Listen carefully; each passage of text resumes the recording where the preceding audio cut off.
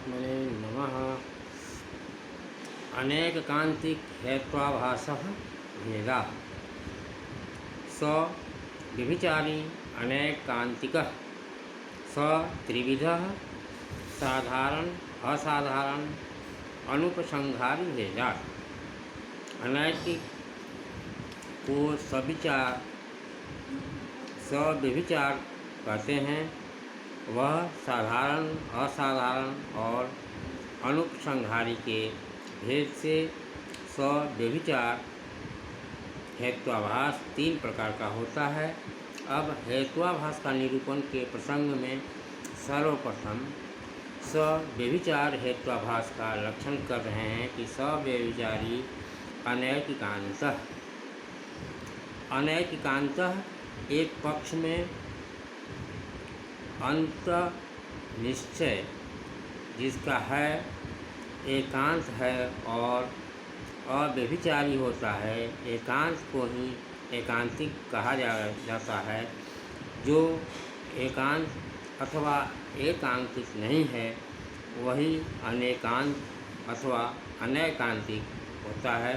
अर्थात जो सदा एक के ही समीप होता है वह सहचरिता होता है और वह एकांतिक है। जो ऐसा नहीं है वह अनैकांतिक होता है। वही सव्यभिचारी है जो अनेकों के साथ सहचरित है। वह अनैकांतिक सव्यभिचारी नामक हेत्वाभास है। वह अनैकांतिक सव्यभिचारी हेत्वाभास 3 प्रकार का होता है: साधारण, असाधारण और अनुपसंहारी। अब अनेककांतिक हेत्वाभासस्य लक्षणं तत्र साध्याभाववद् वृत्तः साधारणो नैकांतिकः।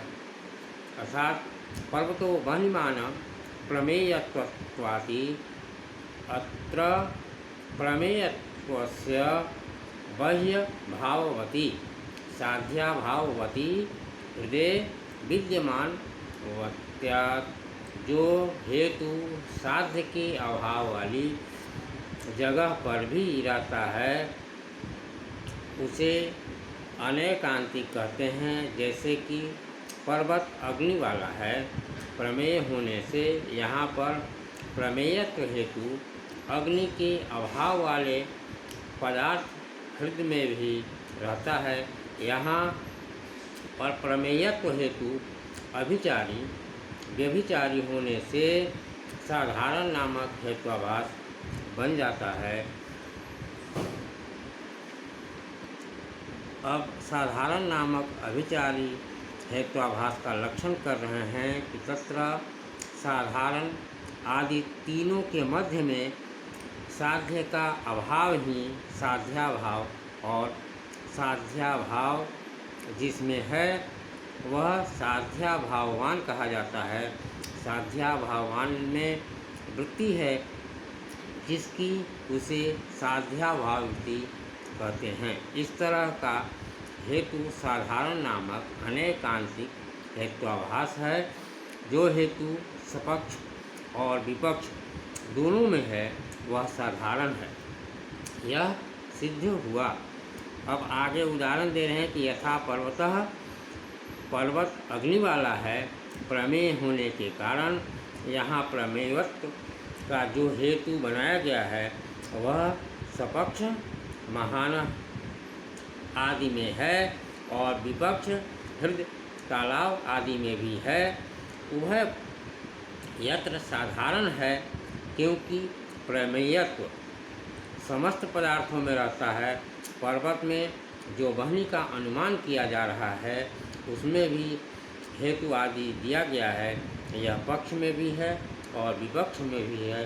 अतः यत्र यत्र प्रमेयत्वं तत्र तत्र वह्नि। अर्थात जहाँ जहाँ प्रमेयत्व है वहाँ वहाँ अग्नि अवश्य है। इत्याकारक व्याप्ति ज्ञान का प्रतिबंध यहाँ पर हेत्वाभास का फल है। तात्पर्य यह कि पर्वत में वह्नि साधन के लिए प्रयुक्त जो प्रमेयत्व हेतु है वह सर्व पदार्थों में रहने वाला साधारण है, और वह प्रमेयत्व हेतु केवलान्वयी अर्थात सर्वत्र विद्यमान है, क्योंकि बाह्य रूप साध्य से शून्य जलाशय में भी है। इस कारण यत्र प्रमेयत्वम तत्र वह्निमत्वम यह बन नहीं पा रहा है। अतएव जहाँ प्रमेयत्व है, जो हेतु साधारण नामक सव्यभिचारी हेत्वाभास बन जाता है। अब आगे असाधारण हेत्वाभासस्य निरूपणम। सर्व सपक्ष विपक्ष व्यावृत्ति पक्षमात्र वृत्ति साधारण। यथा शब्दो नित्यम शब्दत्वादिति शब्दत्व सर्वेभ्यो नित्येभ्यो अनित्येभ्योश्च व्यावृत्ति शब्दमात्र वृत्ति। जो हेतु समस्त सपक्ष और विपक्ष में न रहकर केवल पक्ष में ही रहता है, उसे असाधारण हेत्वाभास कहते हैं। जैसे कि शब्द नित्य है, शब्दत्व के कारण यहाँ पर पक्ष शब्द में नित्यत्व की सिद्धि के लिए जो शब्दत्व हेतु दिया गया है वह सपक्ष नित्य आकाश आदि में है, और विपक्ष अनित्य घट आदि में न रहकर केवल पक्षम मात्र में ही रहता है। इसलिए यहाँ जो शब्दत्व हेतु में है वह असाधारण नामक हेत्वाभास है।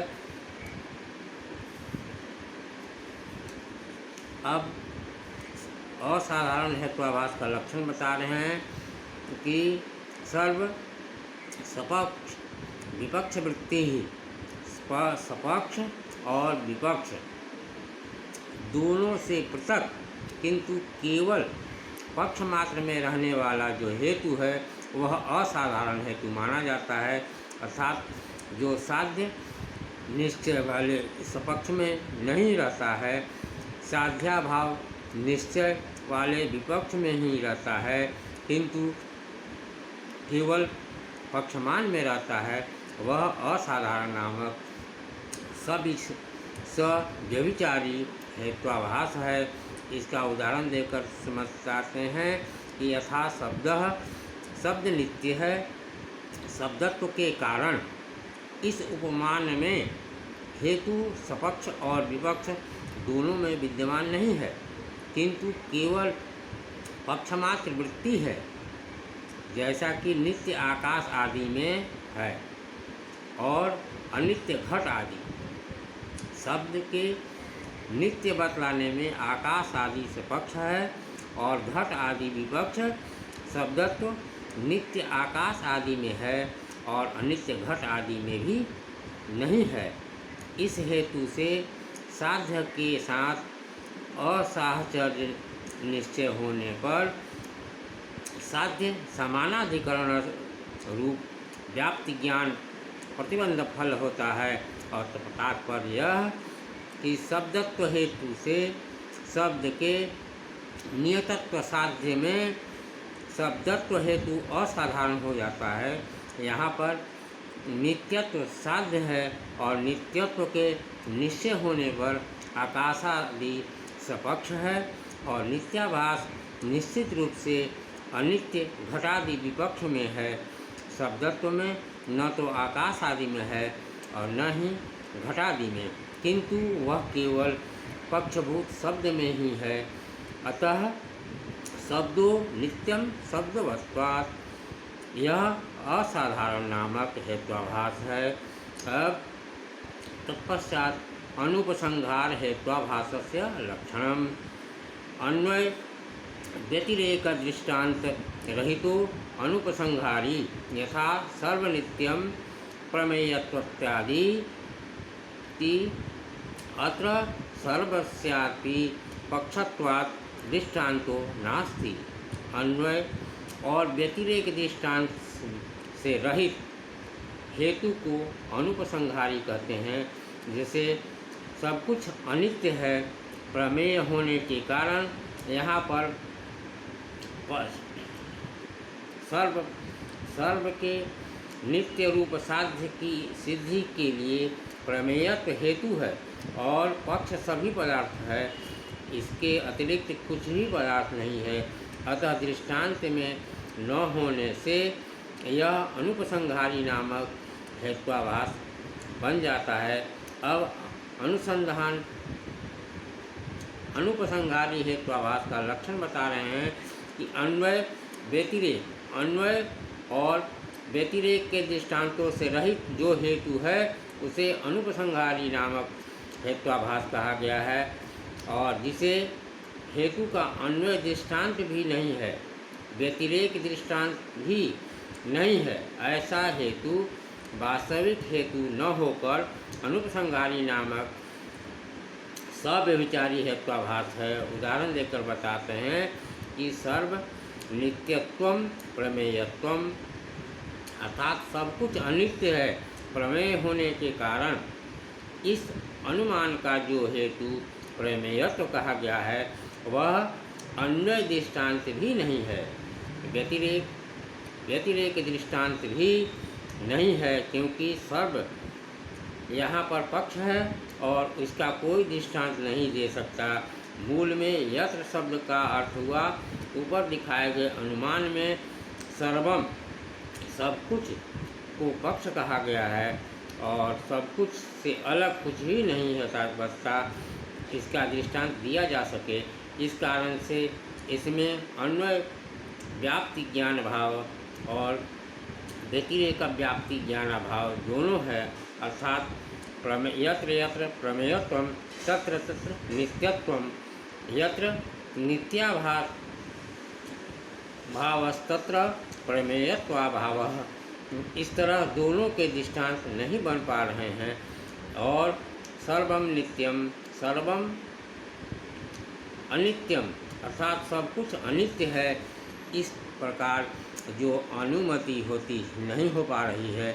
अतः सब कुछ सर्व का पक्ष बनाकर परमेश्वर का हेतु बनाकर अनित्य साधन में जो हेतु दिया गया है वह अनुपसंहारी नामक हेत्वाभास है और सहेतु और शुद्ध हो हेतु नहीं है। इस कारण से अनुसंहारिणी अनुमति का साक्षात प्रतिबंधक है। केवलान्वयी में अतिव्याप्ति वारण के लिए मूल में अन्वय पद दिया गया है और केवल व्यतिरेक से अतिव्याप्ति के कारण मूल में व्यतिरेक व्याप्ति होता है। इस तरह प्रथम हेत्वाभास के सभी भेदों का निरूपण हो संपन्न हुआ। अब विरुद्ध हेत्वाभास का लक्षण आगे हम लोग चर्चा करेंगे। इति